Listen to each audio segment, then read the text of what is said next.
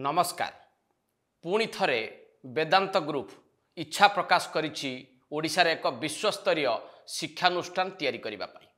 आउ एभली सूचना दैछंती वेदांत ग्रुप रो चेयरमैन अनिल अग्रवाल निजर सोशल मीडिया हैंडल एक्स रे से पोस्ट करिकि ए कथाटी को जणाइबाकू चाहिचंती।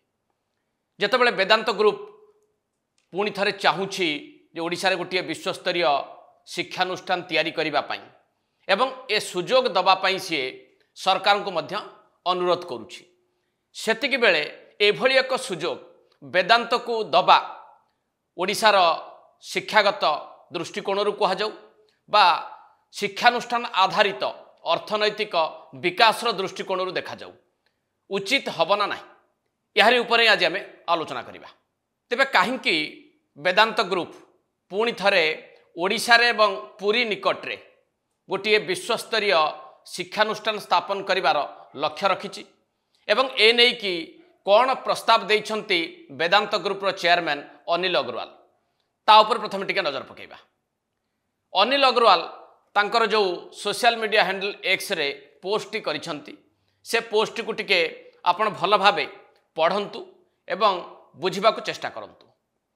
सेथिरे से केतोटी गुरुत्वपूर्ण कथा उल्लेख करिछंती जे से चाहूचंती बा तांको ग्रुप चाहूची ओडिशार पुरी निकटरे गोटे विश्वस्तरीय शिक्षानुष्ठान स्थापन करिबा पई।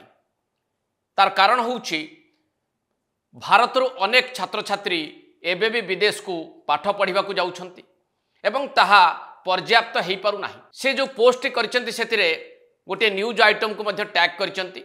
से न्यूज आइटम टी होउची अमेरिकार हार्वर्ड यूनिवर्सिटी बाबद रे। हार्वर्ड यूनिवर्सिटी रे जो भली भाव में छात्र छात्री पढ़ा विशेष करके विदेश छात्र छात्री पढ़ा को सीमित करने को चेष्टा करुछंती डोनाल्ड ट्रंप सरकार। यही परिप्रेक्षी रे ही तांकर एई प्रस्तावटी बोली से सूचित करने को चाहिए जे जदि हार्वर्ड भली एक विश्वस्तरीय संस्था को आम देशरू छात्र छात्री माने पढ़ा को जाई परिबे नाही ताहले आम देश रे काहेकि आमे हार्वर्ड बा MIT भली विश्वस्तरीय अनुष्ठान टीए तैयारी करिबा नाही एवं एभली अनुष्ठान तैयारी कले असुविधा कौन हम। तेणु सी पुणी थारे मनस्थ करिछंती जे पुरी निकटरे जदि जागा मिली जांता ताहले विश्वस्तरीय शिक्षानुष्ठान टीए सी तैयारी करि पारंते बा स्थापन करि पारंते एवं से शिक्षानुष्ठान उद्देश्य को मध्य से सूचित करिछंती। सेतरे स्पष्ट भाव में लिखिछंती जे हा प्रॉफिट मोटिव हेबो नाही नॉन प्रॉफिट मोटिव शिक्षानुष्ठान टीए तैयारी करने को से चाहूँगी। डिजिटल फास्ट यूनिवर्सिटी मध्य से करने को चाहूँगी जो थे कि भारत एवं भारत बाहर छात्र छात्री माने पढ़िबार सुजोग पाइबे एपरिकी भारत रे जो माने अर्थनैतिक एवं शिक्षागत दृष्टि अनग्रसर से छात्र छात्री को संपूर्ण भाव में आर्थिक सहयोग मिलिबो। ए कथाटी को उल्लेख करिसंती वेदांत ग्रुप रो चेयरमैन अनिल अग्रवाल। एबे जहाँ से लिखिचंती ताकू जदि टिके विशद भाव में आम बुझा चेष्टा करिबा जे अनिल अग्रवाल इच्छा होउची पुरी निकटरे एक विश्वस्तरीय शिक्षानुष्ठान स्थापन करिबा पई। ए इच्छा आजिर नुहे बहु पूर्वरु मध्य से ए प्रकार गोटे इच्छा जाहिर करथिले एवं पूर्व सरकार समय रे बिजु जनता दल नेतृत्वाधीन सरकार समय रे 2006 मसीह रे गोटे MOU साइन करथिले वेदांत विश्वविद्यालय स्थापन करिबा नेकी एवं परवर्ती समय रे ताहा स्थापन हो पारला नाही। जो कारण गुड़िक रहा तामध्य आपण भल भाव जानती जे सेतेबेले वेदांत विश्वविद्यालय स्थापन पाई जो परिमाण जमी से चाहिथिले एवं जो ढंगरे जमी अधिग्रहण प्रक्रिया करा जाइथिला ताहाकु नै कि स्थानीय अंचल ले असंतोष देखा देइथिला। परवर्ती समय रे उच्च न्यायालय को ए मामला मध्य जाइथिला।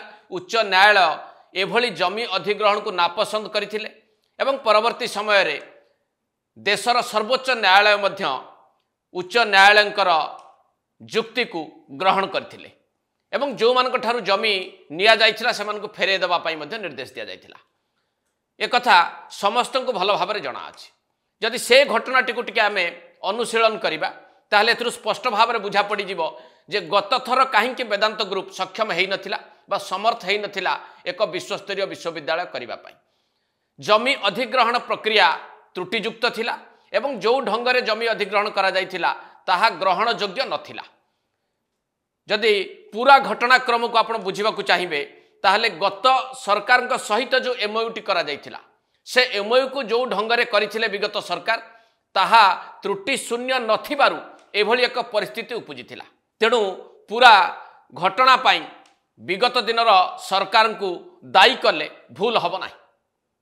तेणु एथर जे सरकार रही एथर सरकार उद्देश्य जेतेबेले वेदांत ग्रुप अनुरोध करुछि बा चाहूछि गोटे विश्वस्तरीय अनुष्ठान पूरी निकट में करने वर्तमान सरकार ये सुजोग वेदांत ग्रुप को देवे ना ना। यही प्रश्नर उत्तर जदि टिके खोजा आम चेष्टा करवा मुझे मन पकईदेवी जे पूर्वर उत्कर्ष ओडिशा कनक्लेव से वेदांत ग्रुप को डाकी वर्तमान सरकार तांको सहित एकाधिक चुक्तिनामा स्वाक्षर होता एवं पाखापाखि 1 लाख कोटी टंकार पुंजी निवेश करिवो बोली वेदांत ग्रुप मध्य प्रतिश्रुति देइछि। तो से दृष्टि विचार कले वेदांत ग्रुप विश्वसनीयता हरई नाही सरकार सहित बा वर्तमान सरकार मध्य वेदांत ग्रुप ओडिशा रे इन्वेस्ट करू बा ओडिशा रे पुंजी निवेश करू यह चाहती। से ही आधार रे जदि वर्तमान वेदांत ग्रुप आभिमुख्य को आम टिके विचार करवा वेदांत ग्रुप चाहूँगी गोटे विश्वस्तरीय विश्वविद्यालय स्थापन करने तांकर उद्देश्य होउची भारत वर्षर छात्र छात्री माने पढ़िबे बाहर छात्र छात्री पढ़िबे एवं पूर्व भली जमी अधिग्रहण एक प्रमुख समस्या है कि ठिया हब नाही। अर्थात जमी अधिग्रहण प्रक्रिया को सरलीकरण करने को वेदांत ग्रुप चेष्टा करिबो एवं जहा द्वारा कहार क्षति भी हब नाही। ताहले वेदांत ग्रुप प्रस्ताव रे वर्तमान सरकार ए प्रस्तावटी को विचार करिवे ना नाही। जदि वेदांत ग्रुप को ओडिशा रे पुंजी निवेश पाई वर्तमान सरकार डाकिछंती वेदांत ग्रुप मध्य घोषणा कर सारी 1 लाख कोटी अधिक टंकार पुंजी निवेश ओडिशा रे से करने को जाउछि बोली ताहले आउ गोटे प्रस्ताव जदि वेदांत ग्रुप तरफ वर्तमान दि जाउछि बा वेदांत ग्रुप चेयरमैन ओडिशा सरकार को उद्देश्य रे दउछंती ताहा ग्रहण योग्य हेई परिबो ना नाही। तबे वेदांत विश्वविद्यालय रो प्रस्ताव राज्य सरकार को पाई बा ओडिशा सरकार को पाई ग्रहण योग्य हबा न हबा नहीं कि जदि आमे टिके बुझिबा को चेष्टा करिबा ताले काहेकि न हबो। हाँ एक कथा जुक्ति करा जाई पारे जे वेदांत विश्वविद्यालय करिबा पाई जेतेबेले अतीत रे एक ग्रुप चेष्टा करिथिला जो ढंगरे जमी अधिग्रहण करिबा को चेष्टा करा जाइथिला एवं जो भली भाबरे पूर्व सरकार सहित एमओयू स्वाक्षरित होइतिला ताहा त्रुटियुक्त थिला। सेथिपाई ए सरकार पुणी थरे वेदांत को एक सुजोग देबे कि नाही से कथा चिंता करिवे। किंतु अन्य भाव जदि आमे बुझिबा को चेष्टा करिबा जे जहा पूर्वरु घटिछि सेथिपाई केवल वेदांत ग्रुप ही दायी से कथा कह जाई परिबो नाही। सेथिपाई पूर्व सरकार को जेते दोष देले मध्य कम हबो एवं ओडिशा रे जदि आज दिनर आवश्यकता को आमे देखिबा ओडिशा रे शिक्षागत अभिवृद्धि को टिके चिंता करिबा ताले आज भी ओडिशा रु बहु पिला बाहर को जाउछंती पाठ पढ़िबा पई एवं पाठ पढ़िबार सुजोग मध्य यथेष्ट हेउ नाही समान को पई।